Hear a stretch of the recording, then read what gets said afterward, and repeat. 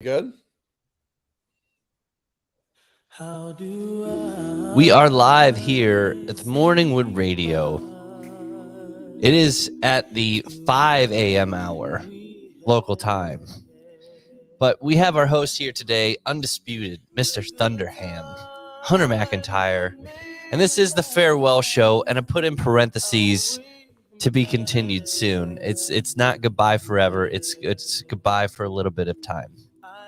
Before you What is take this on song? your Appalachian Trail hiking trip. It's hard to say goodbye, boys to men.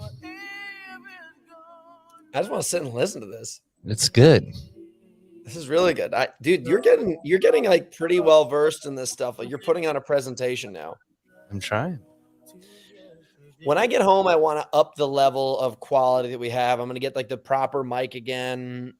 I want to up the quality. We're all over the place, but I feel like if we got a studio, shit would be nice. Yeah. Well, I think Alex converted one of the rooms at the cabin from a bedroom to like a proper studio.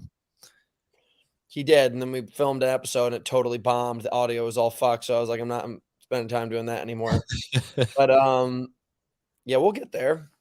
We'll get there Yeah. for sure.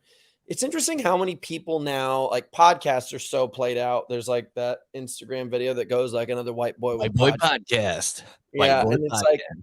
fuck, that's so true. No. And then you have this like issue where you're like, is what I'm saying worthwhile? Does it motivate and help improve the world? Or am I just another dick recording themselves and then taking little edits and posting on Instagram so that people validate their thoughts?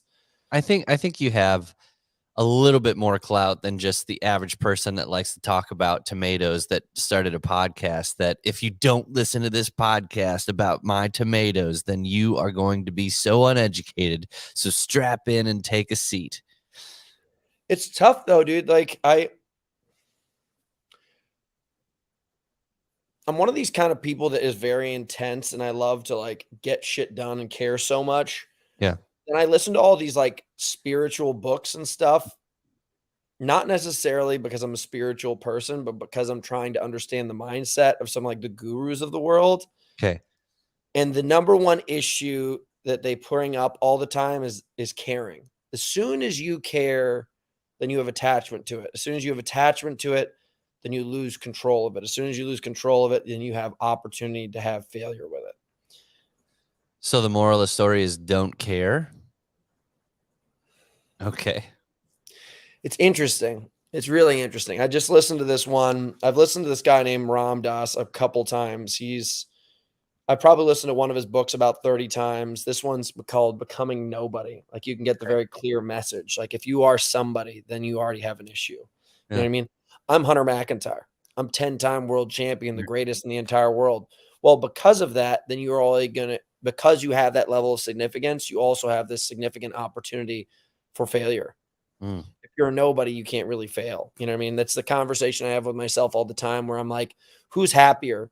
The mega millionaire who owns the house on the beach or the bum that's living on the sand in front of that house on the beach for free? Mm-hmm. And when you have nothing, no one can take anything from you. So when you think about like something like this podcast, I do it mostly because I think, one, it grounds me. I like to do it on Monday mornings. It sets the intention and tone of the week. We connect with all these awesome people in the community. We kind of share what we've got going on. And I think it's awesome because like I personally got where I am today with these sources of information. Yeah. But then all of a sudden I catch myself sometimes. I'm like, you're just another dick with podcasts. Another white boy podcast. Another white boy podcasts. So this is my last. What's that? How are you feeling? Are you like, I'm tired as hell. It's 7 a.m. here. Dude, I'm totally It's the witching hour. I don't know if you can see my eyes, but they're like sunken back in my skull. Yeah. Yeah. Was this a festival you went to over the weekend? So. And racing supercars just as a side hustle? Day in the life. Let me give you just yesterday. Let's hit it. Let's hit it. Just yesterday. I didn't go to bed until 3:30. I was up by 7. I then drove and met my friend Mark. He's a client of mine and, just a good friend at this point. He and I have connected at a higher level than just, work.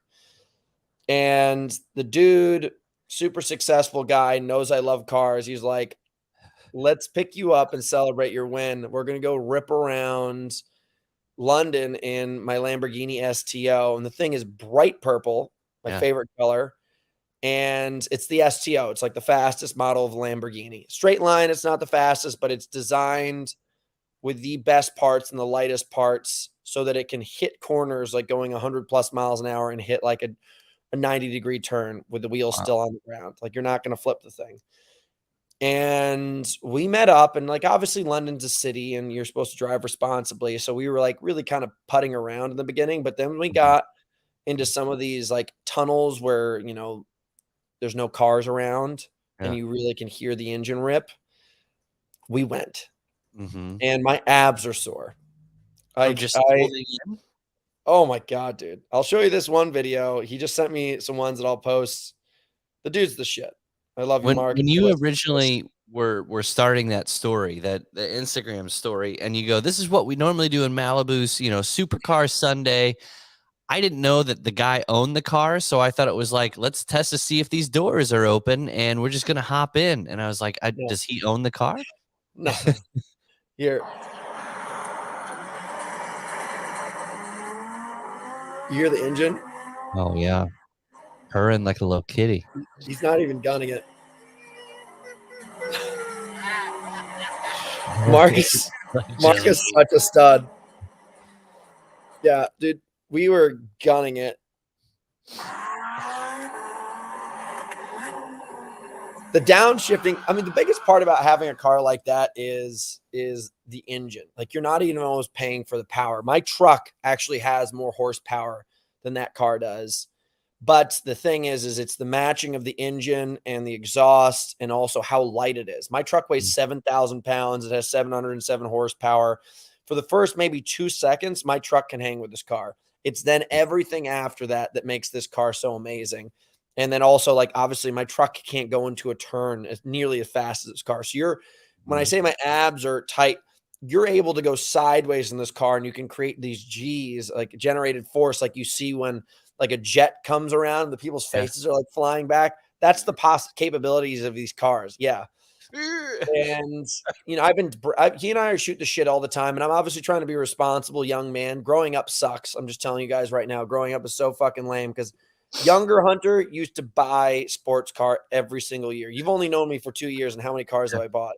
There's been a lot. There's been quite Yeah. a few. There's been a lot, and I personally I think everybody needs to have passions. Like I only work and work out, and I think you need to have something outside of that you can be passionate about. I've always been a car guy. So I'm gonna go out of my way to get myself a Lamborghini or something like that in the very near future. I told him I had to get it before my next birthday. So by the Well, time I turn 35, I'll get a Lamborghini or a I Viper remember ACR. you said at one point you liked I'm gonna get this wrong, but Porsche GTS? Something GT3. GTS. GT3. I went and test drove that. You remember that? I test drove that Yeah. last fall, and I was gonna get them. It's cool, but then Moving I'll tell down you the from difference Porsche to between Lambo. the difference between a Lamborghini and a GT3 is, you know, the GT3 is considered probably the greatest track car of all time. Now, we don't live on tracks, and the difference between the two of them is pretty marginal. It's like not that significant. But when you get in the Lamborghini, dude, we were going up and down the streets. People started filming YouTube episodes while we were parked at a restaurant Yeah. with this car. Like these influencers stopped and made it. People are taking pictures all the time.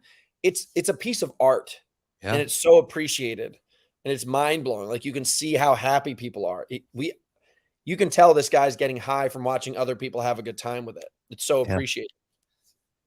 But let's continue the storyline. Woke up in the morning, went and met up with him. Then I mean, it's a 24-hour period. We did the rave.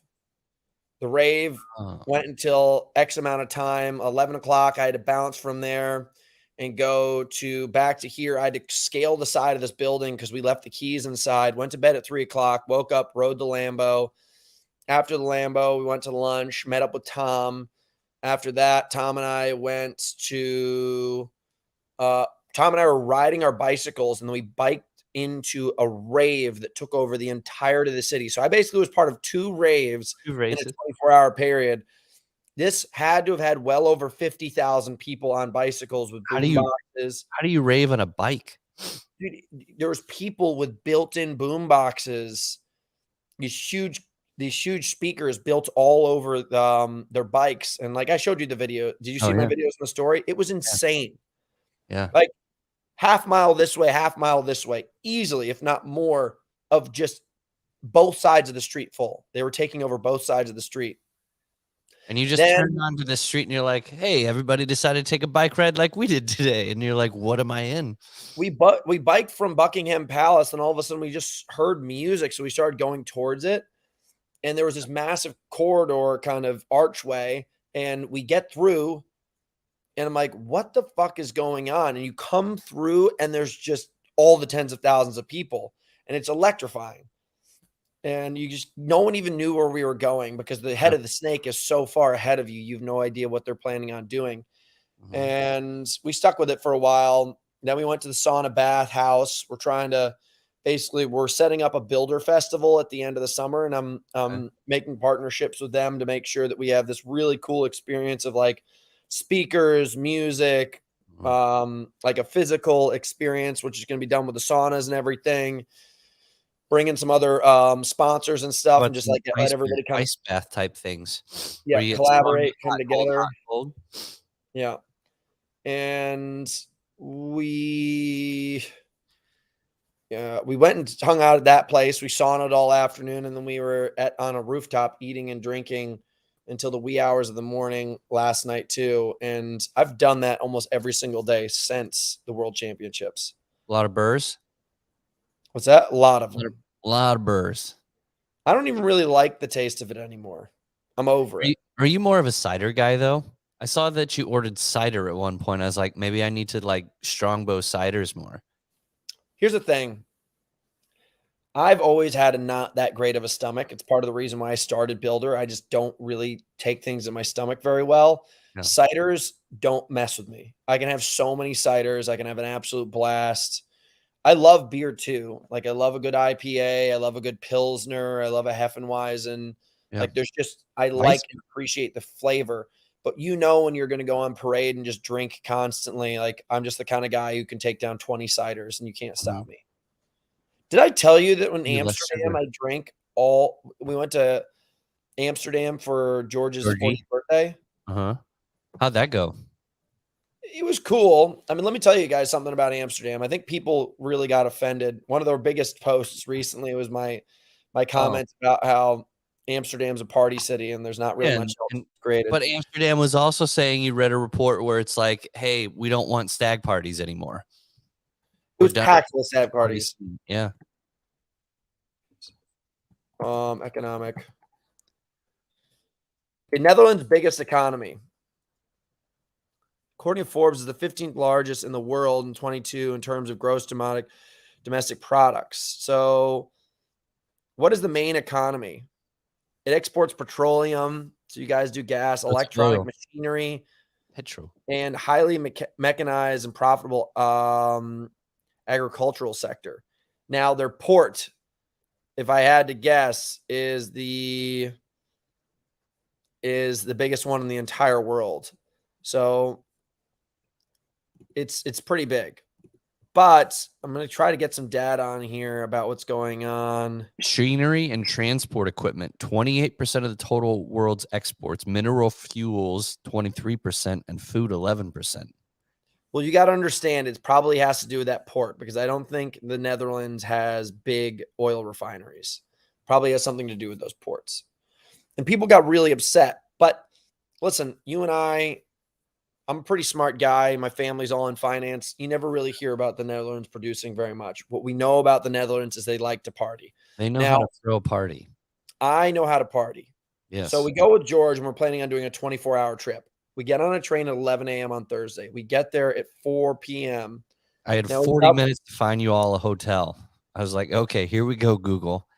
Get me Sorry something about new. that, dude. I was on the Um, train, and these trains, by the way, they're going through rural areas. They have no uh, service. So I have like WhatsApp. I can like ping uh, you, and I'm like, hey, dude, I need help with this. So we get there. is the hotel dope? Hotel was pretty good. Wasn't NH. It was the what, NH collection. what did it cost? 450 pounds? I think it was about it. Yeah. That's a fucking ripoff. Oh no. Well, listen, I'm just being honest. Like I stay at the On Hoxton here in what you're getting for the value. yeah, I stay at the Hoxton here in London. Best South the Southwark Hoxton is like the nicest place. It's very affordable, great community, great experience, great vibe, all that kind of stuff. So I give them MVP. This place, NH, is if Hoxton's like a 9 out of 10, Yeah. like 10 out of 10 being like Taj Mahal, it's like an 8, 5, 9. The NH was probably a 6, 6 to a 5. So we've had about like 8 beers on the train. Then we get off. I make sure that we get into our hotel. We have a couple meals, and we have a little bit of a meal. We have 2 drinks there. We then decide to level up. We're not going to give any information. Of But we course. decide to level up. Got to. Now we decide to go to a speakeasy. We get to this speakeasy, and they're like a special cocktail place. Cocktail place is trying to make these really fancy cocktails. I'm not a fancy cocktail guy. I don't know about Give you. me a fucking beer. Yeah, I know. What do you think about fancy cocktails? I think the drink is in the presentation, or like the pay is in the presentation. You're paying for the bartender to do the crazy stuff, bring out the dome with the smoke out of the bourbon. Yeah. Let me tell you. It was not that. Yeah. I mean, they did some fancy things. It took them like 90 minutes to make us 2 drinks, and we sent one of them back. It was so bad. We're then starting to level up a little bit. You can feel the buzz coming along. You're Yeah. like, Kicking. yo.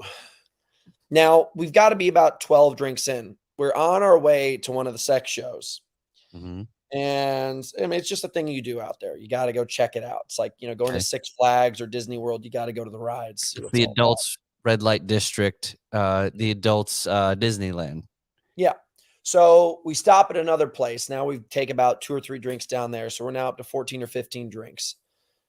And I'm just not getting that effed up. I'm not. But I'm feeling buzzed, but I'm not like, whoa, this is a wild night in Amsterdam.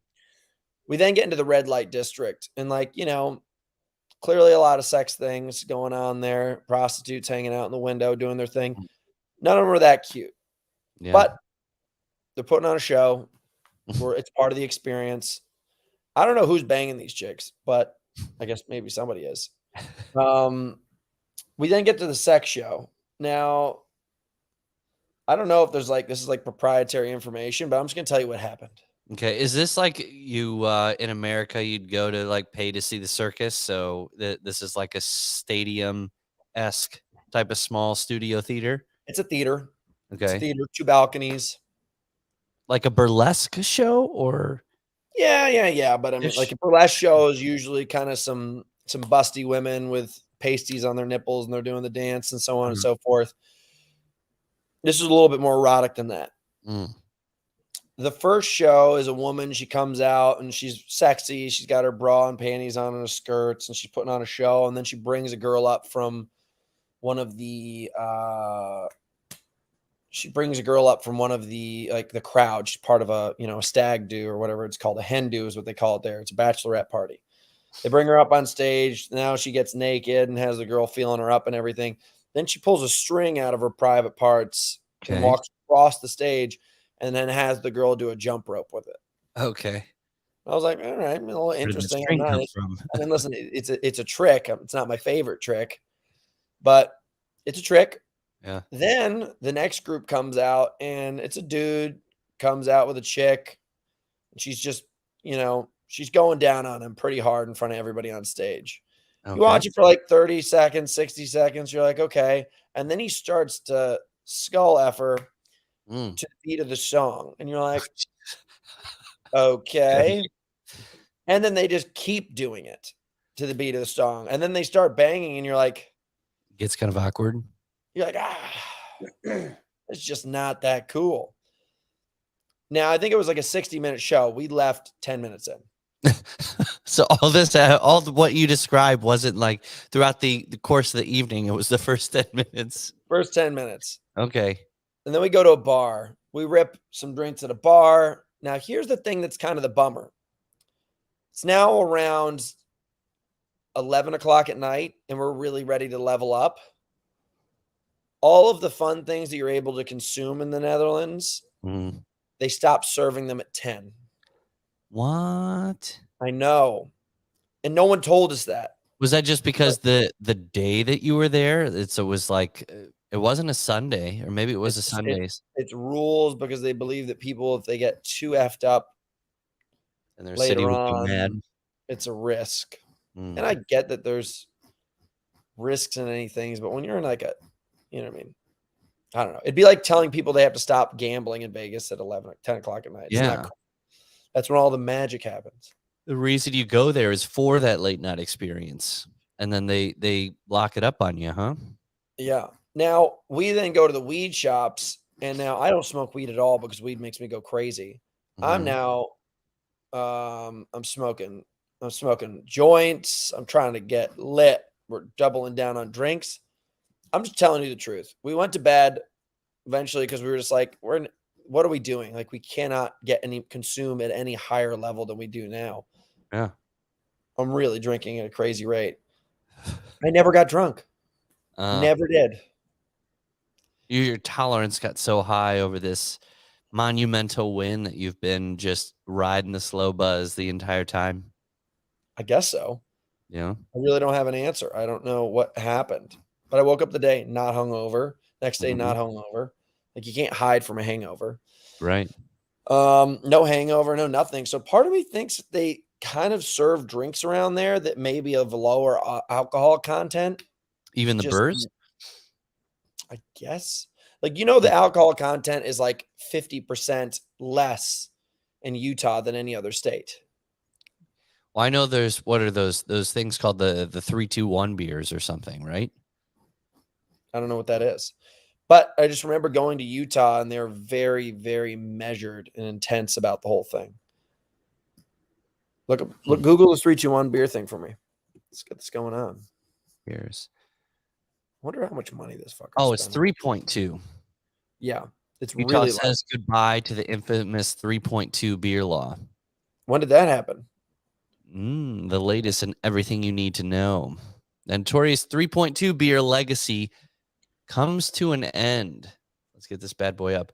While this is loading, I've seen a couple of videos to where these girls' boyfriends come back from Utah, right? It's a nice video. And what happens is this guy's in the gym and he's starting to get a pump on. And then you see on the gym bench, it says 4 Loco. And then he comes back and the girl goes, "Hey, how's your workout?" And the guy goes, "Oh, pretty good. Yeah, but they carded me to get like this pre-workout." And she goes, "Yeah, what were you drinking?" "Yeah, 4 Loco." And then you realize that the boy didn't really understand that it was an alcoholic drink, and he was pre-gaming while at the gym because he's never drank before. All right, here's your 3-2-1 beer. Give me 2 seconds. Tom's at the door. Tommy boy. Wait, the Mr. Daddy Hogan's here? You'll see soon. Waited with bated breath. Yeah. I hear Daddy Hogan. Yeah, Hogan's dragging ass. What's going on? What's going on with this 3.2%? Okay. Notorious 3.2 beer in Utah week allows breweries like Anheuser-Busch to no longer produce special lower alcohol content beers in the state. On August 21st, Utah's low beer restriction ends an 86-year run, which dates back to the Colin Harrison Act in 1933, signed into law by F.D. Roosevelt. Act that legalized the sale of beer in Utah for the content of 3.2%. So you got to think a Coors Light is like 4.5, 4.6. That's what I'm saying. So it's about 50% about less. 5. Yeah. So this is significantly less. Refers to the alcohol by weight rather than more commonly alcohol by volume. Reality 3.2 beer is actually 4%. Okay. So it's just a facade. You really get 4% beer. So alcohol by volume, where beer is measured normally throughout every other part of the everywhere, the 3.2 beer in Utah and what they abolished or signed out of making is this refers to alcohol by weight. So really, when you look at the alcohol by volume, it breaks down to 3.2 is actually 4% alcohol by volume. 3.2 is the weight. So you're still getting a 4% beer. I guess it's 0.1% different than what you Doesn't get seem to make everywhere any else. sense. I've been believing this Oh, here hype you for a go. long time. Here's the difference. 3.2 by weight is 4% by volume. 12-ounce regular beer. Maybe they serve it to you in a smaller glass too. Trust me. Those Utahns they're crooked people. Utonians. Is that what it's called? No, I don't know. I just made that up. Yeah. I'm trying to keep track of what we were just talking about. But I don't know, we made it out.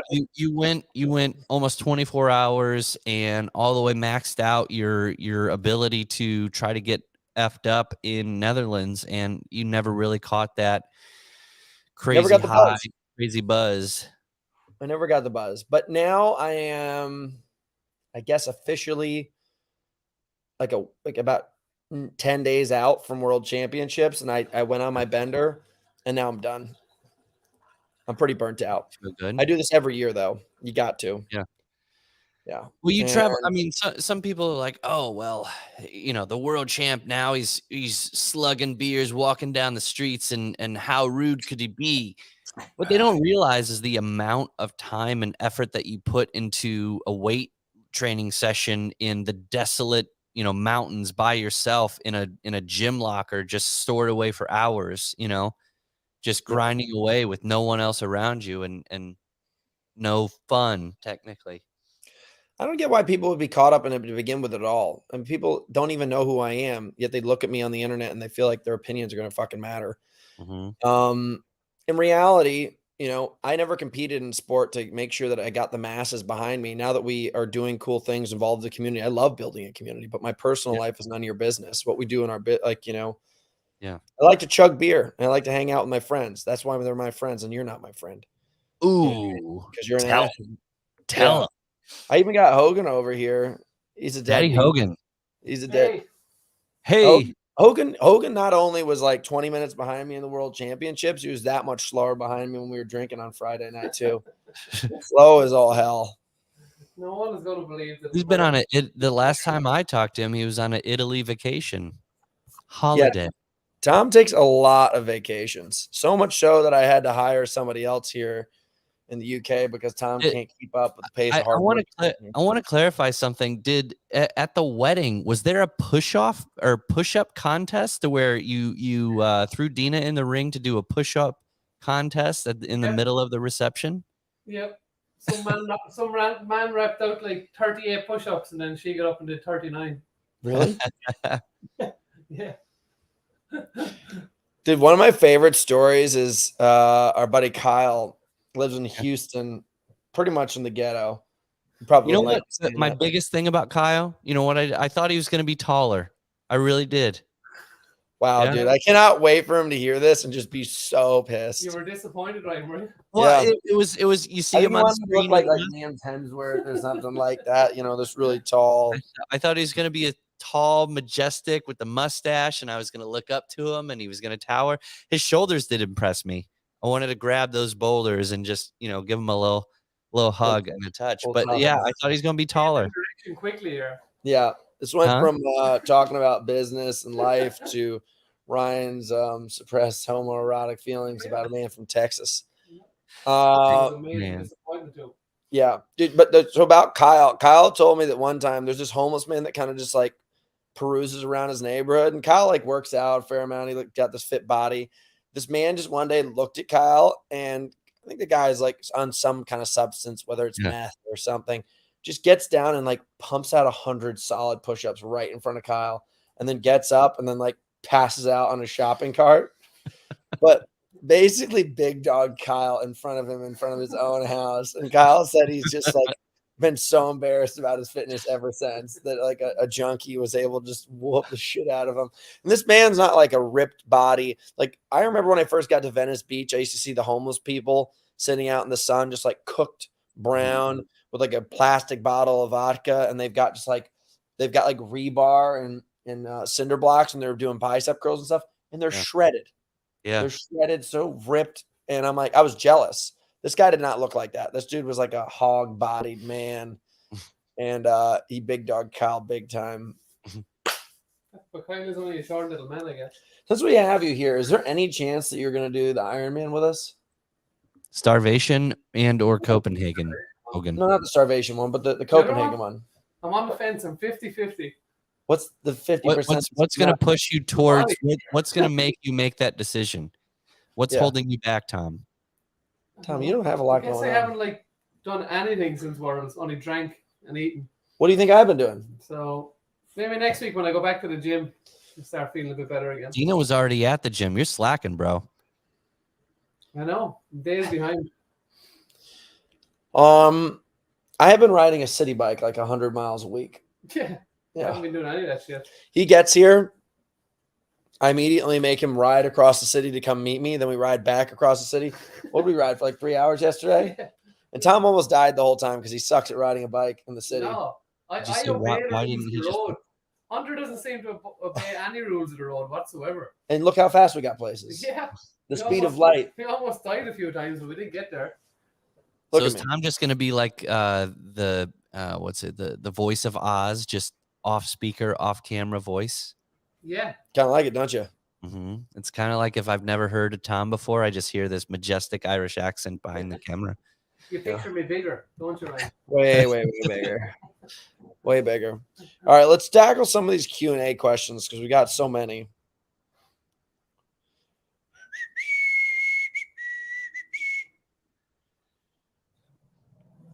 I do like.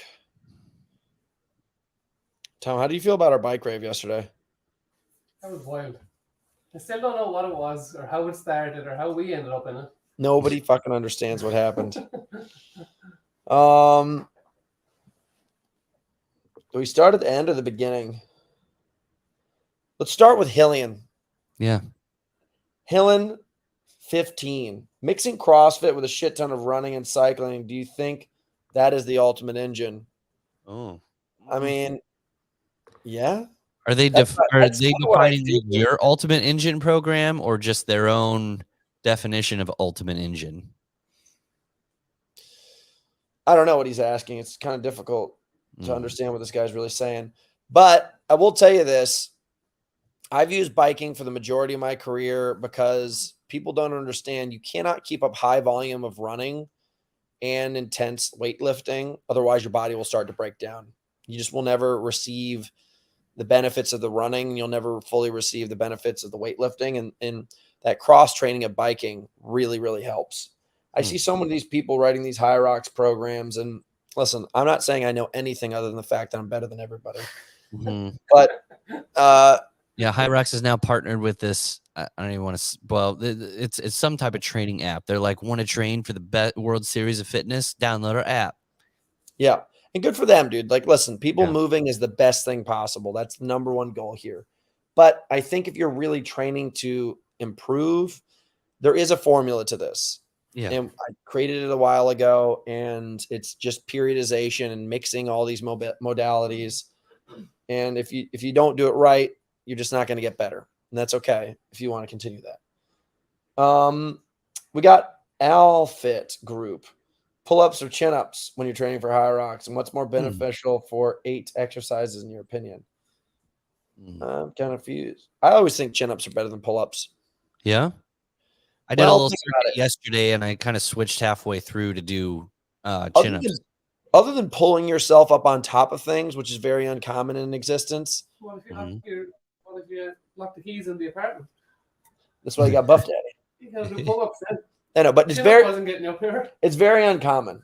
It's very uncommon. So if you just look at High Rocks alone, you're doing sled pull, rowing, picking up farmer's carry. Your hands are always usually below your shoulder blades. You know what I mean? When you're doing pulling motions in real life. So I think chin-ups more go like this. So when you're pulling, most people don't pull hand up over. They go underhand.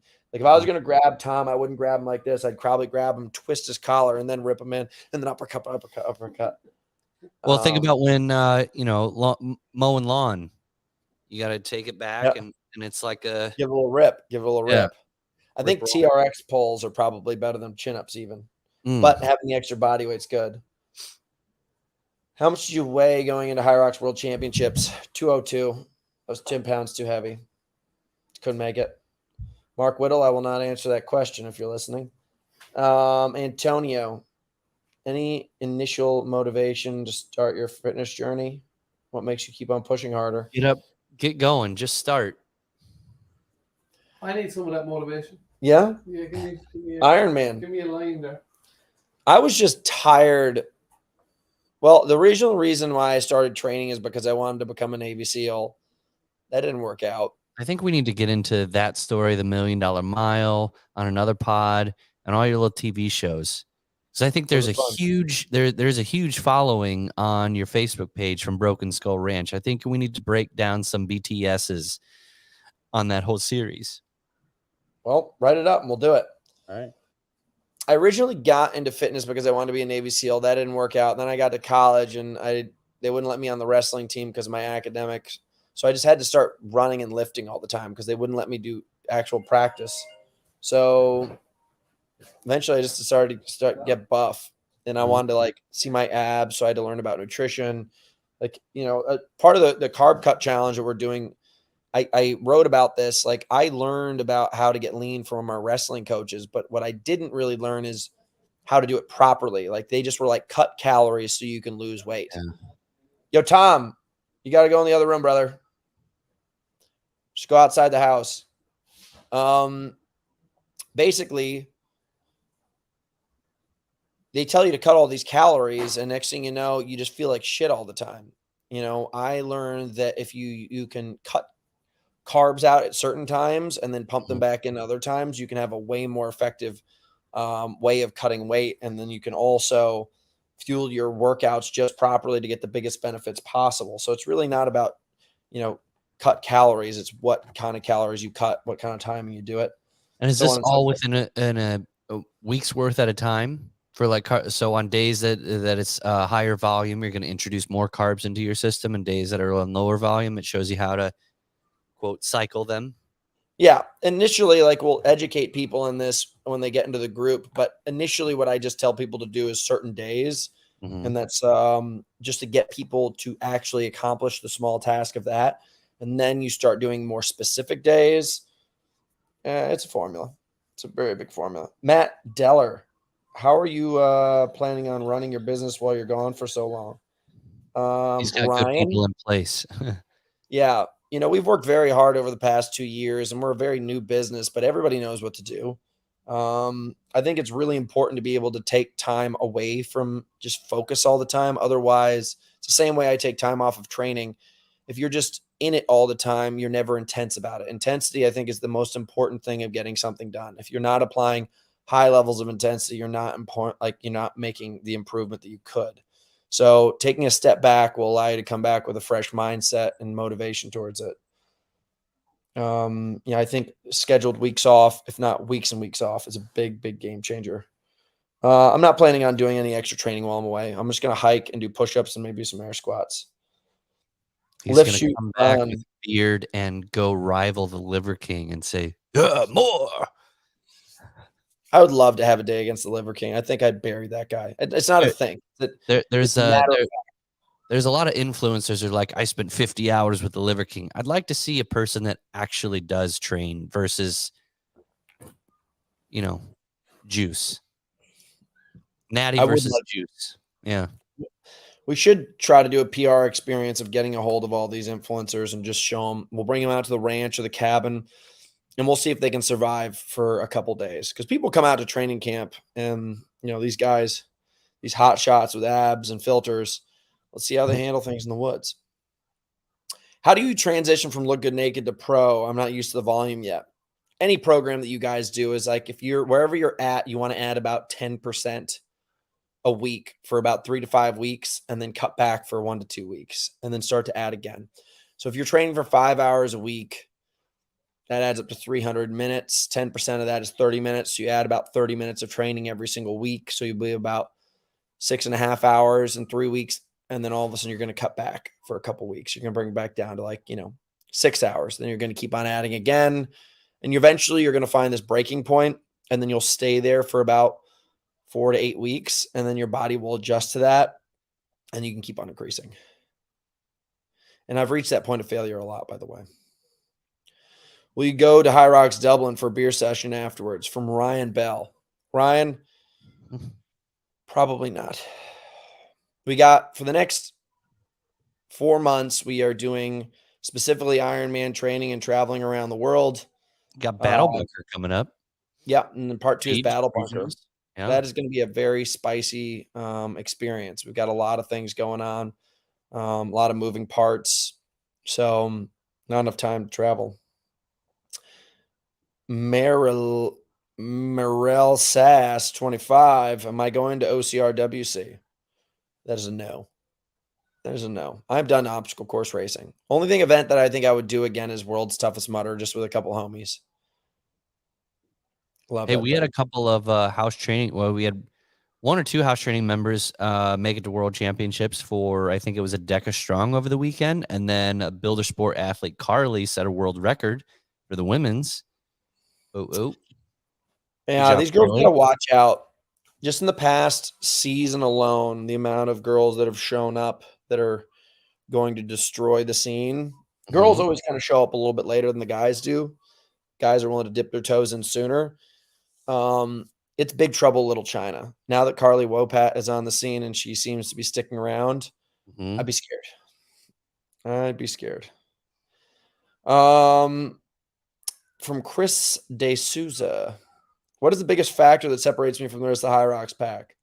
Working harder. I tell everybody this. High Rocks is a measure of how many watts you can produce over an hour. So if you were going to put me on just something as simple as a ski erg, a bike, or a rower, I can produce more power than anybody else over an hour period. And that's the reason why I can sustain it. That's like an FTP test, right? Yeah. FTP? Yeah, and there's people who are going to beat me in FTP tests. So cycling may not be a great indicator because obviously I weigh so much, but something where it's more weight based, like a ski erg. Ski erg is a better indicator. I'll just produce more power than all the rest of these athletes over an hour, and so you can sustain that power, then you are going to win. Not saying that ski erg is the only thing you should be doing. Ray Buckton, who are your top favorite athletes of all time? 5. Michael Jordan. Boxing's got to be, or combat sports got to be. Mike Tyson. Football, you got people like Bo Jackson. What about Emmett Smith, Deion Sanders? Emmett Smith, Deion Sanders? Yeah, not as exciting. No? Dude, Bo played baseball too. You know what I mean? No. For running and endurance sport, I think Mark Allen. You're right and left feet. Yep. Bjorn Diali is another guy that really impresses the hell out of me. Those are my favorites. Builder ambassador qualifications from Cantrell Corey. Cantrell, you're going to have to reach out to the president of the European sector or the boss herself, Dina Hogan. I really don't know. Trevor Ottoman Fitness. Do people at High Rocks not like you? I got some negative vibes watching World Championships. Probably the people that work at High Rocks don't like me that much. I think people that watch High Rocks like me a lot. I'll admit, I make things very difficult for the people at High Rocks, the company, because I'm the only person that tells them that they're fucking up. And I'm okay with that. I really think that the number one thing that I'm trying to do at this point in my career, other than be the best version of myself, is make the experience for other athletes better. People think it's my own selfish interest. I think one thing that they did take into consideration is, and it could always get better, but from last year to this year was the experience online, watching it, not on a gimbal. Like they actually did like a full great job. And then the personal experience while you're there, they had a jumbotron that showed the athletes coming through on the run, that you could see them, and then they came through. And last year it was, well, now they're going to disappear for 3.5 to 4 minutes, and then now I get to see them again. So this year, they had the Jumbotron, and we could see them out on the course, out on the track, to like camera on them the whole time, which was nice. They did a great job. Yeah.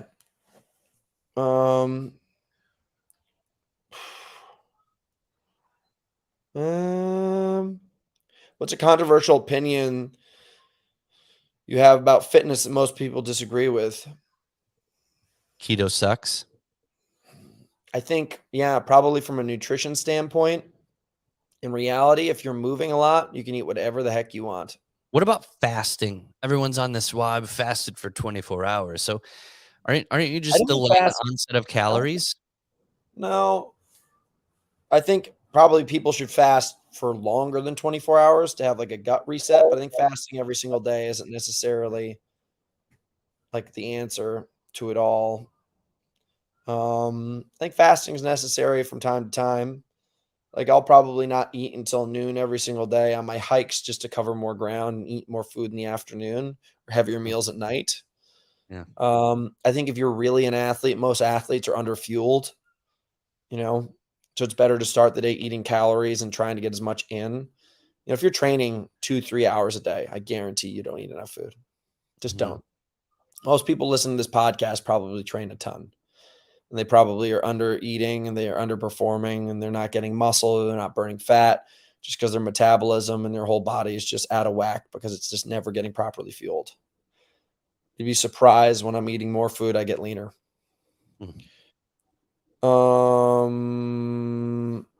Ever consider doing master's division of CrossFit once you retire from High Rocks? Josh M. Parker, that would be a no. I don't want to compete anymore. Yeah.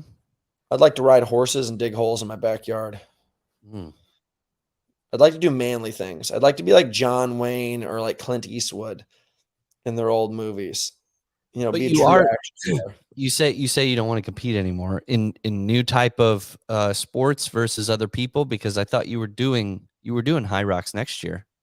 I am. When I retire, though, probably just do some like macho things, Maybe getting some like fighting.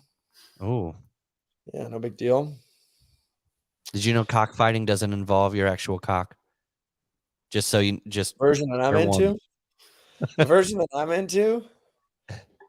I went to Hawaii one time and there was this abandoned school and I found out there was like the cockfighting capital of Maui. It was pretty intimidating. Like you just like go and you like see the building and you kind of like look around. You're like, this is where it goes down. Like, I kind of want to get into this. Yeah. There's this movie, I think it's like something in the Inferno with Christian Bale and Casey Affleck. And it's like an underground fighting movie. You Googling this? Yeah. Out of the furnace. Out of the furnace. Out of the furnace. And that's very intense. That's what I'm assuming the cockfighting kind of like, if I got into it. Woody Harrelson's in it. Produced by Ridley Scott and Leo DiCaprio. Really? It's a very intense flick. Yeah. It's very intense. What's crazy is how what the hell was the name of the guy who fought dogs in the NFL? Michael Vick. How the hell did he get back into the NFL? You get a good PR guy. You get VaynerMedia to rep you, maybe. The amount of people that get like arrested or get like sexual assault, physical assault charges, and then they get straight back into the NFL. People are like, he's a good boy. He puts points on the board. We don't remember him doing anything. Yeah, come on, dude. Like, I don't understand how they throw the book at so many people in this country and people like that because I guess they put a jersey on and get away with shit like that. I'm still amazed to this day that Michael Vick was able to get back out there. Like, he's reformed. That is insane. I don't know. Yeah. Good for him, though. Still a football player. All right. Well, guys, in closing, I'm out of here. I'm going away for a month. I want to go figure out what's going on in the world. Once you get rid of cell phones, you get rid of maps, you get rid of scheduling. I don't think I have been without since probably the age of 21, so 13 years ago. Wow. Do you remember the last time that you didn't have a smartphone or a schedule? It was probably when I was on a cruise when there literally was like spotty type of Wi-Fi. No, I'm talking about like really, like you did not have like weeks at a time where there was anything to go back to or do. Yeah. Like, I mean, I was 15 when okay, the only 15 years. job I had was working at the catering facility, scraping Yeah. meat off trays and Yeah, just 'cause like running with the cross-country team. right now I'm just in a position where like there's just so many things that I'm looking at every single day, and I can't remember what it's like not to do that. Mm-hmm. I can't remember Have what you it's not studied like. like what berries to eat and what berries not to eat, just so you don't, You know, the best grab way some? to overcome such things is don't eat berries. If you Well, what are you gonna eat out on the trail then? Because you still haven't said besides from like 30 pounds isn't gonna last you like unless you're getting like dry freeze dried food. You got to be hunting I've some. got freeze-dried food. Okay, I've got 2 50-ounce Nalgene bottles. you're I gonna go have in looking like 25. the Bulk Pony and coming out looking like Christian Bale in The Machinist. I'll put it back on an instant. That will be a great, You need to weigh uh yourself. oh, yeah. So I'll weigh myself beforehand. Alex is gonna fly in. We'll do a little bit of a pre-episode, what I weigh, what I look like, and then we'll document when I get home what I look like, Yeah, and don't I'll weigh shave. myself. And then I'm probably gonna get straight into bodybuilding, start taking Strength X2, just get as jacked as I possibly can, start doing Mhm. Ironman training. I bet you I could put on 10 pounds of muscle real quick again. Ooh. And I think I'll come back with superpowers. Mhm. If you can last in the woods by yourself for 3 weeks, I think you could weigh. High rocks is gonna seem easy. Problems of the world will seem easy. I think I may come back happier than I've ever been in my entire life. I've been wanting to do this for like the past 3 years. I just decided to schedule it and make it so. So after you come back, though, I think it will be July, and you'll be searching for training, or hopefully training with BOA athletes throughout the month of July. Do you want to do that That's at the cabin? Do you want to do that at the Malibu area? San Diego, Malibu, and the cabin. I'm gonna take those athletes to all 3 places. Okay. We'll be ready to rock and roll, and we'll get some really good content. Part of me worries about coming out of the woods and being like, what about if I come out of the woods and I'm like, I don't want to do this stuff anymore? Now I'll just go Oh back in. no. I'll hand the keys over to everything to you guys, and I'll just go back into the woods and disappear. It'll be I like the wonder if monk that, at the beginning of the story. I wonder if that does happen to people. I'm sure it does. They go out and they never come back. I'll never forget Joe DeSena told me about how he was doing the Iditarod race. I think it was on foot, and they were in the middle of nowhere in Alaska, the Yukon or something like that. But the And Iditarod is with dogs, dogs. dogs, Yeah. but they've done a run one too. Like Mm. it's something weird. And there's this terrible snowstorm, and they saw a home, and they went to it, home in the middle of nowhere, and it was a man with his wife and a couple kids. He was an old Marine, Hmm. and he just given up on the world. He didn't like the way society was anymore, and he moved into the woods with his kids and his wife. And I was like, that's insane. What would drive somebody to do that? And I've been thinking about that story a lot, getting ready to go into the woods now. It becomes less and less insane. I know. I think about it all the time, dude. Look, Tom's on his phone, his son's on his phone. We're on our computers. None of us are doing stuff. We're just looking at things or typing our lives away into screens. Mm. So I don't know. Maybe there's an answer I'll find out there. Maybe I'll come back with some kind of enlightenment. But if you guys have any questions about life, love, and longevity, Ryan's the point man. And Ryan's the point man, and I'm gonna be gone. I can't help you.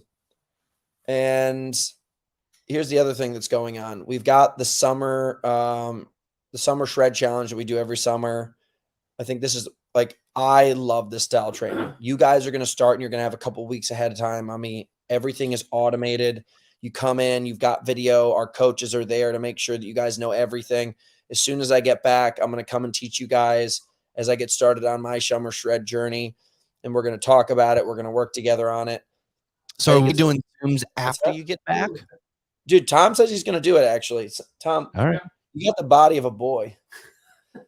Tom's got a little boy body. I'm actually impressed. I was up at the VIP area, the after party, and Tom had a little bit of butt cheek to him. When I first met Tom, he had back butt. Him standing, you could see his butthole. That's the first thing you looked at when I walked up. Yeah, you could see he had a butt, and that's why he did so well. You could set a cup up on it. Yeah. You know who doesn't have a butt is James Kelly. James Kelly has no ass cheeks. Yeah, James he Kelly put on your pants and is all he almost butthole. got swallowed up by your pants that you lent him. Did you ever get those back? Yeah, I did. It looked like he was wearing a tarp. James Kelly looks like a boy. He's got no butt cheeks, and he's planning on moving to Germany. This dude's life is about to be hell on earth. And I've got him for $1 grand. Those times are going to get worse. I saw that. You're fucked. Why don't you just put in a shit time before Christmas? I just know him. You call bullshit? Dude, you know people, when you give them sunshine and flowers, they're all smiles. Then all of a sudden you take that away, the week will break. That's a James Kelly thing. But isn't that like Rocky going to Russia to train, just zoning everything out, and all he has to do is focus on training? Yeah, that's Rocky. He grew up in Philadelphia. Yeah, so everything else is an upgrade. City. Yeah. Kelly lives outside of Sydney or something like that, which is paradise. Brisbane, whatever. It's paradise. Oh. Kelly doesn't have the gumption to pull it off. Ooh. But the Summer Shred Challenge is going to be awesome. We'll get Hogan a muscly body so he can come do Ironman with us. I think my dad's doing it and my brother's doing it. My brother, Dad's doing the Summer Shred Challenge. The Summer Shred Challenge, just to let you guys know, we call it the Carb Cut Challenge. We teach you guys how to cut carbohydrates out of your diet and teach you what I was telling you earlier about like not being on the wrestler diet. Don't cut calories, cut certain calories at certain times, and you get a much bigger benefit. Harder training, better results, so on and so forth. My dad's going to get into it. My brother Garrett said he's only watching montages of Ben Affleck as Batman as he trains. So Garrett just takes his shirt off and watches Ben Affleck lift weights in that Batman movie. It's pretty awesome. I haven't seen the new Batman with him as the new Batman. It's pretty good. It's not pretty great. Thanks, Rich. Who the hell is Sam Morton? Yeah, Rich, I will probably not brush my teeth. I'm not. But basically, I'm out of here, guys. I appreciate you guys always tuning in the show. This is my favorite part of the week, so we wanted to get it done. Support you guys. Thanks for always showing up. Make sure you bully Tom. Tell him not to be lazy. Make sure he gets into this Ironman with us. Be nice to my boy Ryan. And guys, I'll catch you later. Are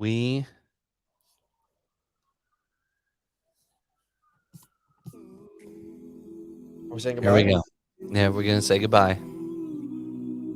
What's this? What is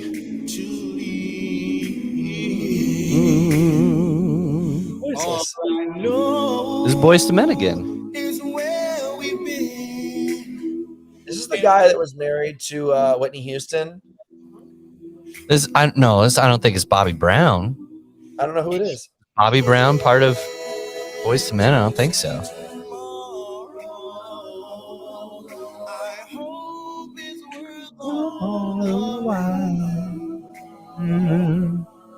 All right, Ryan, I'll call you in a little bit. Later. Bye, folks.